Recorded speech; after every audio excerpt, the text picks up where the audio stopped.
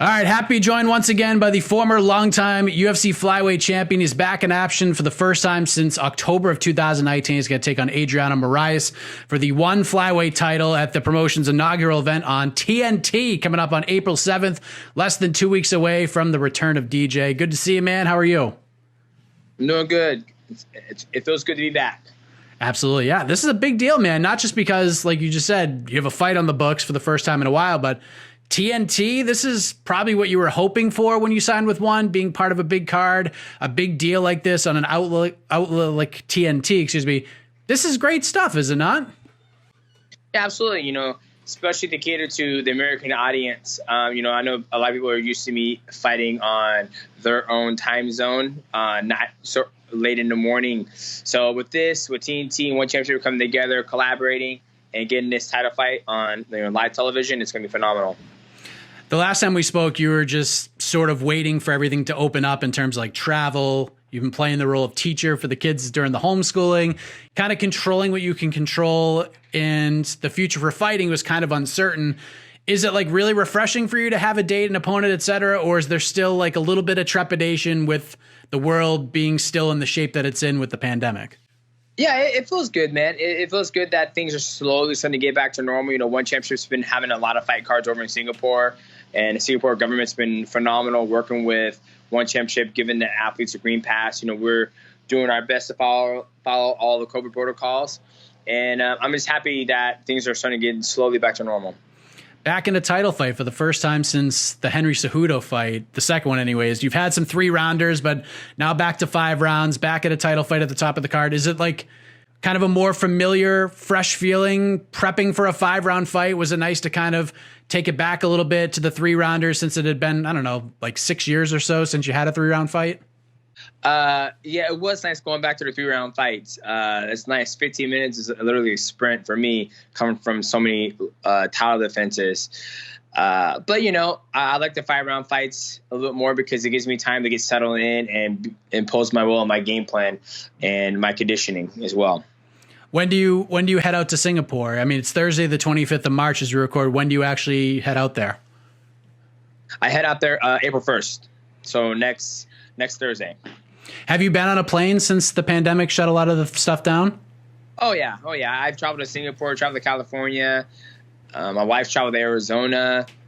She traveled to Hawaii. So yeah, I've been trying to still stay busy. The world shut down, but you still gotta, bills still gotta get paid, right? I mean, electricity and the water, they're gonna shut your shit down regardless if you pay them or, well, you need to pay them whether you have a job or not. So I wanted to try to keep myself busy as possible outside of the cage or ring. And every single time I had the opportunity to travel to have a gig, I took it. What kind of gigs have you been doing? We just did a shoot with Ubisoft and what's it called? Rainbow Six Siege. We did a cool thing with Zach TTG, a big YouTube star, also former professional first-person shooter gamer. Went out to Singapore and filmed ONE Championship, The One Apprentice. And then other than that, I was the Food Truck Diary. So just doing a little media interview and some gaming gigs. Yeah, it feels like you got to fight again, right? Yeah, right. There you go. How do you like the matchup with Adriano? Like, he's been on a great run as of late. He's held the belt through most of the last 5 years or so, whether it be interim or undisputed. He had the one setback, the split decision loss. I think it was in 2018, but he negated that loss in his most recent fight. How do you like the matchup, and what have you made of his run as of late? Yeah, he's had a great run. Like you said, he held it for a long time. Then he lost to Kairat Akhmatov, won it back to Kairat Akhmatov, defended it. Then he lost it to Jay Eustaquio. And then he won it back from Jay Eustaquio. So now I'm about to fight him. So it's a good run, and I like the fight. It's a good fight for me. Very long, big, great grappler for the weight class, and I'm just gonna go out there and do what I do best, and it's just go out there and fight. Are you enjoying this not cutting to 125 thing? Like, how refreshing has that been? Yeah, it's refreshing. The guys are a little bit bigger. What I mean, a little bigger, a little bit taller at this weight class at 135. But it is nice and refreshing. And I'm at the age now where I was like, I don't want to. There's parts of me it's like I don't mind cutting to 125 because there's almost that what's it called? Like, can you basically dehydrate yourself and put your body at a deficit, and then make weight, and then bounce back and build a perform at a high pace performance. I know I can do it, and I almost like that gamemanship. But this part of me was like, dude, you're fucking 34 years old. You don't need to be sitting in a tub trying to cut the 125. Screw this. What do you walk around normally at? When I'm training, 138. 138. So like, yeah, I'll wake up about 138.2, and I have a pretty clean, healthy diet. Like if I stop training, then my body would get up to like 140. But once I start training and working out, I can't keep weight on. Like I tried for 4 weeks prior to camp. I tried to put on some size. Like I literally calorie surplus, lifting heavy, chest and tries, back and bis, legs. Like I was literally trying to lift, and I didn't put a fucking pound on. That's insane, man. There are many men who who would like to be in your shoes, to not be able to put on any weight no matter what. It's kind of crazy, but it's interesting because Kevin Ha, I spoke with Kevin Ha like right before his last fight, and he said he wants to go to 170. And the reason why he wants to go to 170 is because he's never really had the discipline at 185. Like he could basically just do what he wants, live the way he wants, step on a scale and weigh 183 or 184 and 185. There's that discipline that he's kind of missing from his career, which makes him want to go to 170. So was that kind of a part of a thing with you? Like getting to 125, it's a pain in the ass, but I mean, you've always been a very disciplined guy. So it's not like that was a thing that kind of hurt you along the way. You know what I mean? Yeah, I've never missed weight since I've been a child, wrestling in middle school or high school, or as an adult, and being disciplined. I've cut 8.5 pounds of one the day before weigh-ins, and went out there and still went all 5 rounds. So for me, I think, now me being older, I am more disciplined in my diet because I have diet restrictions from my stomach or whatever. But I'm a disciplined man. This is how I make my money. So why would I want to be disciplined? Exactly. So yeah, I was just kind of curious if obviously it helps you that you don't have to cut that extra weight, but sometimes like fighters, like I want to go down a weight class because it keeps me disciplined. It gives you that extra session in the gym or extra run on the road. You know what I mean? Yeah, I feel like when I hear most athletes who want to cut down to a lower weight class, they want to have the size advantage. They want to fight guys who are the same height, not have to deal with bigger athletes. And I totally understand that. Like when you fight someone who's bigger than you, like when I fought Dominic Cruz, he's fucking big, huge. And so there's that size discrepancy that you're dealing with. For Kevin Holland, he's tall, long, and lanky. So maybe for him, maybe he'll see more of. He wants to be more disciplined with himself. So I can see him using that as a motivation to get him down to 170 and to be more disciplined. In terms of what you got to look forward to on April 7th, what sorts of challenges does Adriano present that like the competitive side of you is like, man, like I'm excited for this test. Like this is the best part of his game. I'm excited to try to shut it down. Yeah. I mean, he's very good about his fighting style is a little bit different. He's a big athlete for the weight division. Great grappler, likes to get on your back, likes to lock out the body triangle. And I know in the past my fights, when I fought Tatsumi Tuwada, another big athlete, got the body triangle. It took me for I think like 3 minutes to get them long ass legs untangled from my body. So I'm looking to go out there and just oppose my will. I don't think he's ever fought an athlete like me. I think he's fought great grade 1 discipline athletes, with Kairat Akhmatov. He's pretty good at the wrestling and stand up. And then Jay Sakio is pretty good at striking, but I feel the one thing that I do better than both those guys is push the pace and mix it up very, very well. Like I'm not scared. I've been in trouble with my fights and I've been down, and I'm not scared to go out there and fight. You know what I mean? So how do we get this thing done? Like obviously winning is the most important thing to you at this point, but you've been doing this a long time and you've won a lot of fights, but what are you hoping like the headline reads? Like what will the story say when it's all said and done on April 7th? What's the goal for you outside of just getting the win and getting another title? Honestly, just going out there and just blowing the bricks off and put on a spectacular performance and coming out healthy, right? Like that's my biggest thing is coming out healthy. I've gone to war before and come out and been thrashed and, can't, ask myself, why the fuck am I doing this? I'm hurting. I can't even do this and this and this. So that's my biggest thing is I want to come out healthy. So we don't want Figueiredo versus Moreno in there. We want to go in there, do our thing, get out, and be unscathed. Yeah, exactly. Get in and get out. It's been a weird year in MMA and combat sports. So I wanted to get your take on a couple of things, if I could. Like, first off, of course, the different rule set. Like, you've obviously been in the UFC, and we've seen it. This has been a year with, like, we've seen DQs and no contests and illegal strikes and eye pokes and all sorts of craziness. Like, the one thing that obviously sticks out is the ending of the Sterling Petr Yan fight, where Aljo, wins by DQ and becomes the champion. So I'm curious, like, fighting from the UFC, going over to one, rule sets are different depending on where you go, like even from state to state. What are your thoughts on that whole situation, the strike, just the rules, etc.? Yeah, obviously rules are put into place to keep the athletes safe, whatnot, right? And I dealt with the exact same thing in 2013, Chicago, UFC on Fox 6 against John Dotson.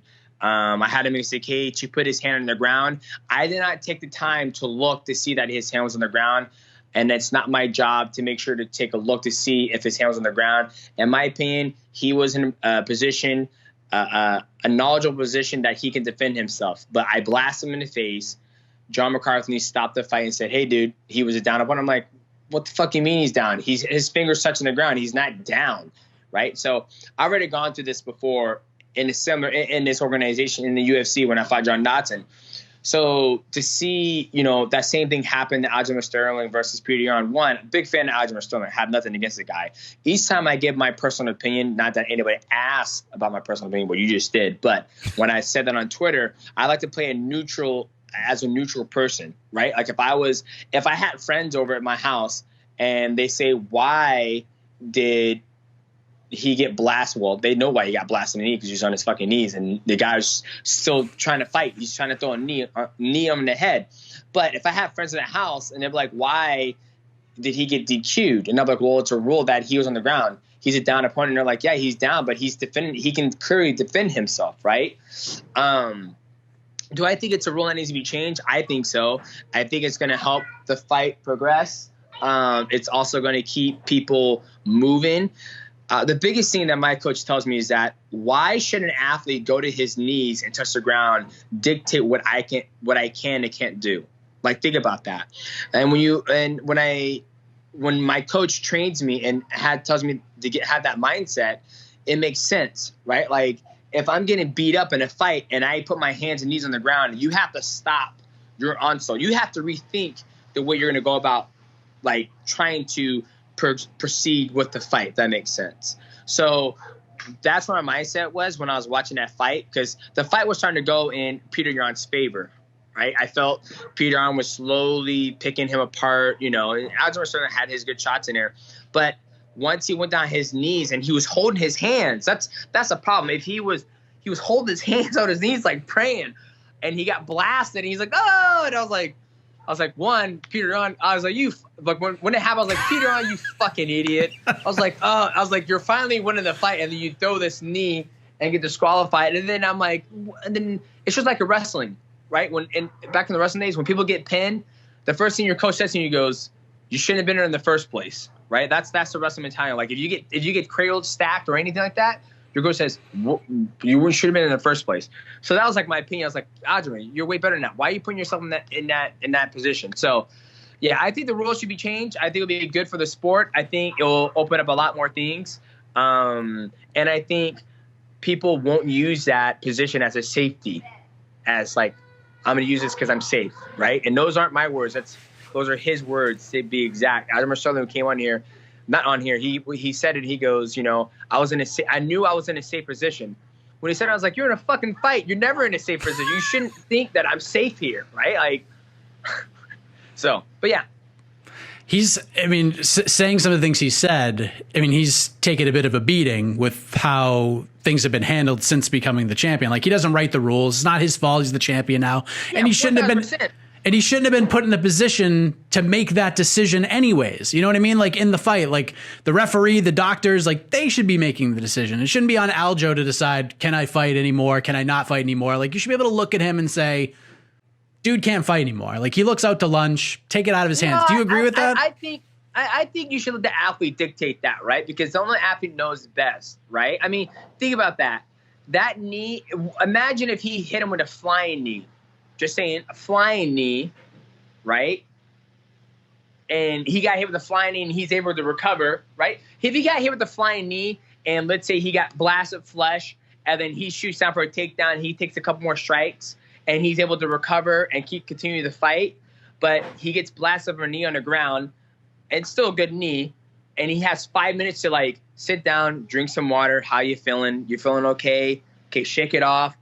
All right, you feel like you're ready. You feel like you still can continue. Because don't get me wrong, yes, he might have got concussion, but fuck, when do we not get concussions when we fight, right? I mean, I'm not. This is just my opinion. Like, I think if I was in a fight and I got blasted, I think they should give the athlete like, hey, how do you feel? Like, do you feel that you can continue to fight? And you know what? They might say, no, you shouldn't give the athlete the option to continue to fight because who knows, he can be concussed and who knows, he's going to get further brain damage. But we're already signing up for that. Like, it's a double-edged sword. Like, do if you do, damn if you don't, right? So it's a hard thing. I mean, a lot of people might look at this interview saying you can't ask a concussed fighter to see if he can continue or not. But, I mean, I don't know. I'm just rambling on. That's interesting because just hearing what you said, like imagine if like the referee just stopped the fight and Aljo was like, oh, come on, man. Like I was fine. And then it would be a totally different conversation right now. It'd be screw the referee. Yeah, 1,000%. And like I said, if it was like, if he was down on all four, like gasping for air and about to go on his deathbed and croak over and he got blasted with that knee, they're like, yeah, that's fucked up. Like you that needs to be stopped. That's definitely a DQ. Obviously, Petr Yan got DQ'd. And I'm sure they're going to run it back, and I'm sure the fight's going to be totally different. But with that whole aspect of what happened in that fight, I didn't feel, because I wasn't in there. I don't know how Aljamain felt, but I feel that the rule just needs to be changed in general. Like, I feel like it's going to give a different perspective of people not using that. I'm not saying he used it for his advantage or his benefit, but he said that he felt like he was in a safe position when he was on his knees in front of another man. Any advice you would pass on to Aljo right now? I mean, you are the master of UFC title defenses after all. So is there any advice you would give young Aljamain Sterling right now after that win and how he's, I guess, handled himself with it? Nah, I think, go back to the drawing board. I mean, I felt like he had the recipe to beat him, right? It's, Petr Yan has a very interesting and unique way of going about his fights, and I'm a big fan of the way he goes about it. He's willing to absorb punches and shots in order to give his. If you go back and watch that fight, the first 2 rounds, Aljamain is doing a good job of peppering him. But Petr Yan's like, none of that shit hurts. Like, he covers his face a different way. So there's a couple times where if he would have sat down and just loaded up on a body shot, just really loaded up on it, that could have paid dividends and made Petr Yan do something different. But yeah, I think just go back, watch the tape, and be ready to have a fight, and don't rely on that one takedown to get him down, because it's not going to be as easy as we all thought it would have been, right? That he thought it would. I knew it was going to be hard as shit, but yeah, I mean, go out there, stay healthy, enjoy it.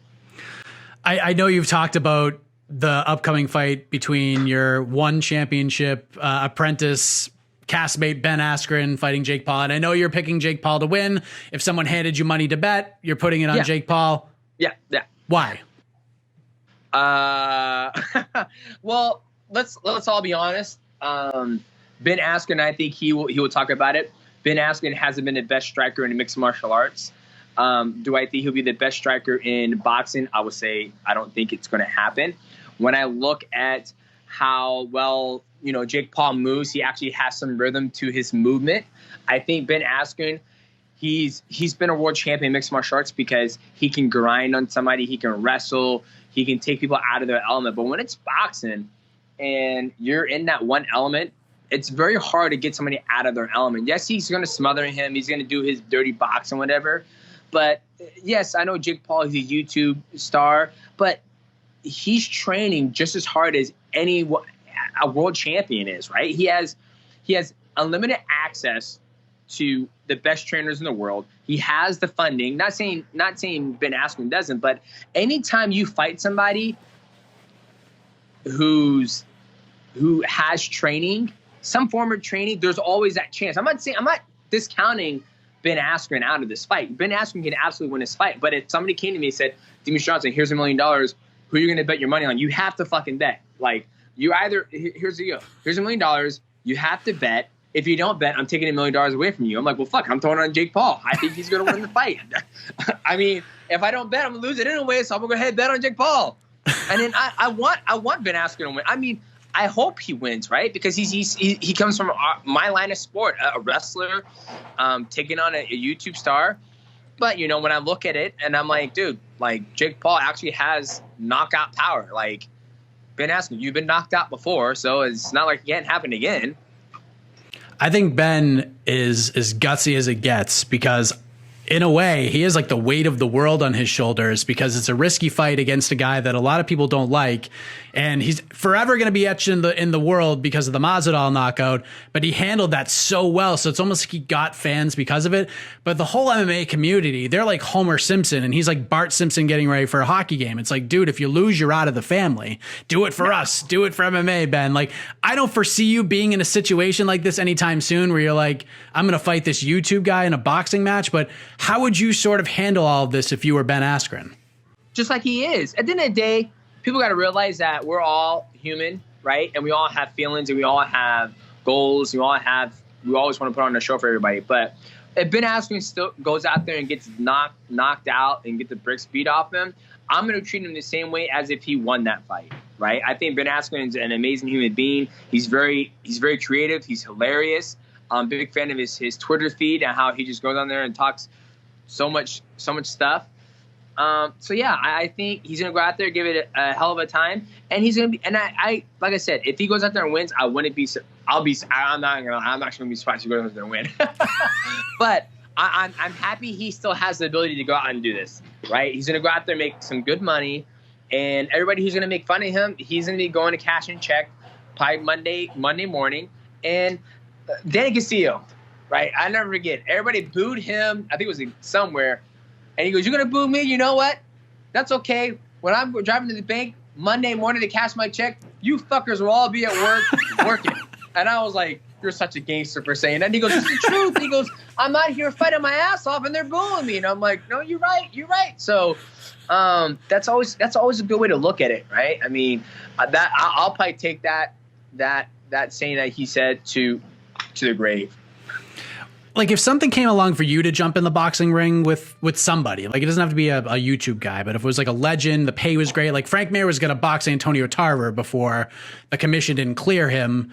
I mean, kind of makes sense. 44-year-old and a 52-year-old boxing, and, you know, just to kind of test yourself and see how you would do in like a different combat sport. Like, would you do something like that? And if so, like, who would you want to like do that with? Like, even if it was like a Tyson Jones, Rocky Balboa, Thunder Lips kind of an exhibition kind of a thing, like, what would you want to do? You know, I don't mind doing kickbox. I do kickbox against Giorgio Petrosian, even though we're at a different weight class. It would be fun to. He has good eyes, and I'm sure I'll be curious to see how he would deal with my speed. What do you think of Gordon Ryan signing with one? That's good. I haven't been a big. I don't want to say big fan. I haven't been I don't follow the grappling scene, right? Because it's one element of combat sport. But he comes from a great squad. Were you a pro wrestling guy growing up at all? I was back in the Wolfpack and DX days, and The Rock and Stone Cold Steve Austin. Those were the glory days. But the new stuff now, not too much. So if like, because obviously one's going to be following AEW on Wednesday nights. Yep. So like, you know, what if they kind of try to lure you into the wrestling world? Would that be of any interest to you? If it was with my boy Austin Creed, yeah, I'd do it. I like those guys. Those guys crack me up. I forget the name of the band their group is called, but Austin New Creed, Day. They're New Day, right? The New Day. Yeah, them boys. I'll fuck with the New Day boys. I'll mess with them. Get you a trombone. You can start playing. Yep. We serve out pancakes and everything. mighty cakes. How about?